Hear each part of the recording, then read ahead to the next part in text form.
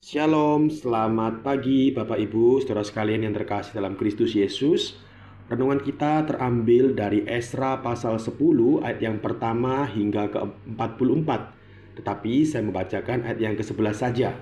Demikian bunyi firman Tuhan, "Tetapi sekarang mengakulah di hadapan Tuhan, Allah nenek moyangmu, dan lakukanlah apa yang berkenan kepadanya, dan pisahkanlah dirimu dari penduduk negeri dan perempuan-perempuan asing itu." Saudara sekalian, beberapa tahun lalu ada seorang pemuda Kristen yang melayani dengan setia di gereja. Ini sebuah kisah yang ada di luar sana.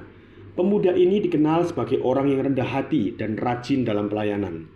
Namun ketika ia bekerja di kota yang lain, ia jatuh cinta dengan seorang wanita yang justru beragama berbeda dengan pemuda tersebut. Awalnya ia berpikir, tidak masalah, nanti dia bisa aku ajak ke gereja, dia bisa ikut ke gereja. Ya, hubungan mereka berjalan. Tetapi saudara sekalian, iman si pemuda ini mulai goyah. Ia menjadi sosok pemuda yang mulai jarang berdoa, jarang ke gereja, karena pasangannya merasa tidak nyaman dengan aktivitas rohani yang dia lakukan. Bahkan ketika teman-teman di gereja itu menegur, pemuda ini justru tersinggung dan berkata, "Sudah, tidak peduli lagi, tidak usah ngurusin saya lagi. Yang penting sekarang saya sudah bahagia." Beberapa tahun kemudian, saudara, pernikahan itu memang terjadi.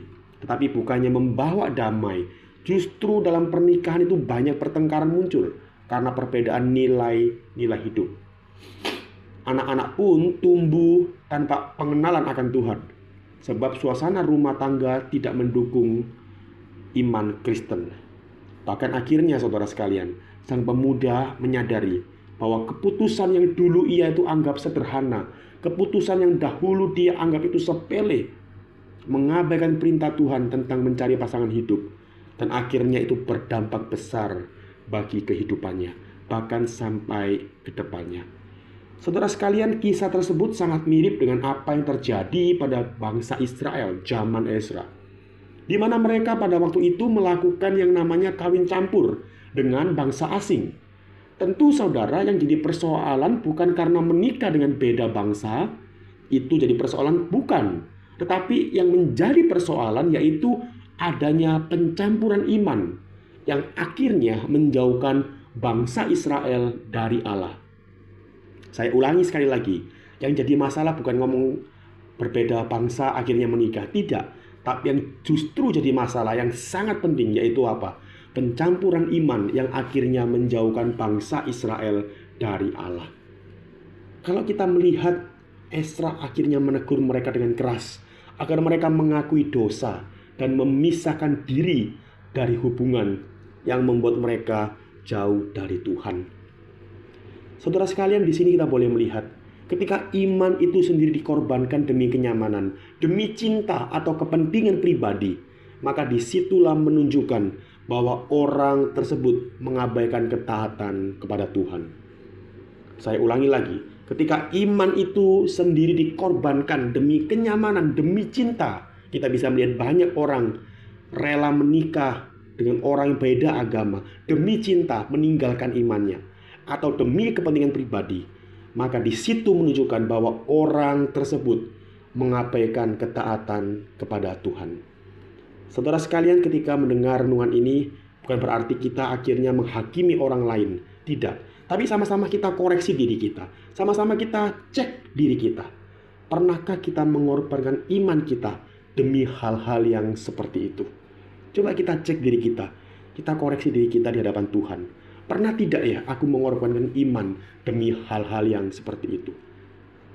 Atau justru kita lebih memilih untuk taat sama Tuhan daripada hidup tidak taat sama Tuhan?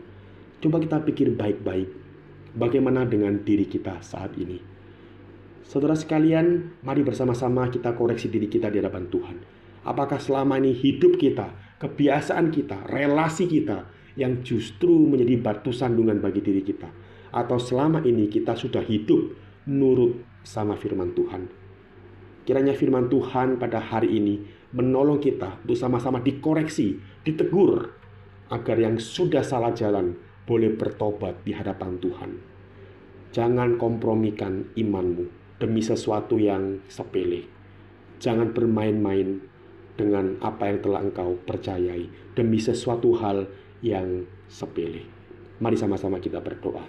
Bapa, kami mengucap syukur karena pagi hari ini engkau boleh menyapa kami lewat kebenaran firman-Mu, sehingga kami diingatkan untuk menjaga hidup kami agar tidak mengorbankan iman kami untuk hal-hal yang sepele. Tuhan, mampukan kami untuk senantiasa hidup seturut dengan kebenaran firman Tuhan. Demi Kristus Yesus, penebus dan juru selamat kami yang hidup, kami berdoa. Amin. Saudara sekalian, kita juga bersyukur hari ini salah satu remaja pemuda kita, Saudari Valisa, boleh berulang tahun. Mari sama-sama kita membuka suara, kita sama-sama berdoa. Bapa, kami bersyukur karena pada hari ini saudari kami Valisa berulang tahun. Kiranya ya Tuhan, di hari ulang tahun ini Valisa boleh Tuhan berikan kesehatan, kekuatan, dan juga Tuhan mampukan anakmu dalam menjalani kuliah yang ada.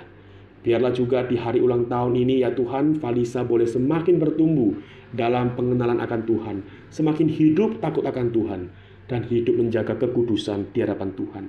Biarlah seluruh hidupnya senantiasa menjadi saksi Tuhan dimanapun dia berada. Kami serahkan Valisa ke dalam tangan-Mu. Demi Kristus Yesus kami berdoa dan kami bersyukur. Amin. Selamat beraktivitas Bapak Ibu. Tuhan Yesus memberkati.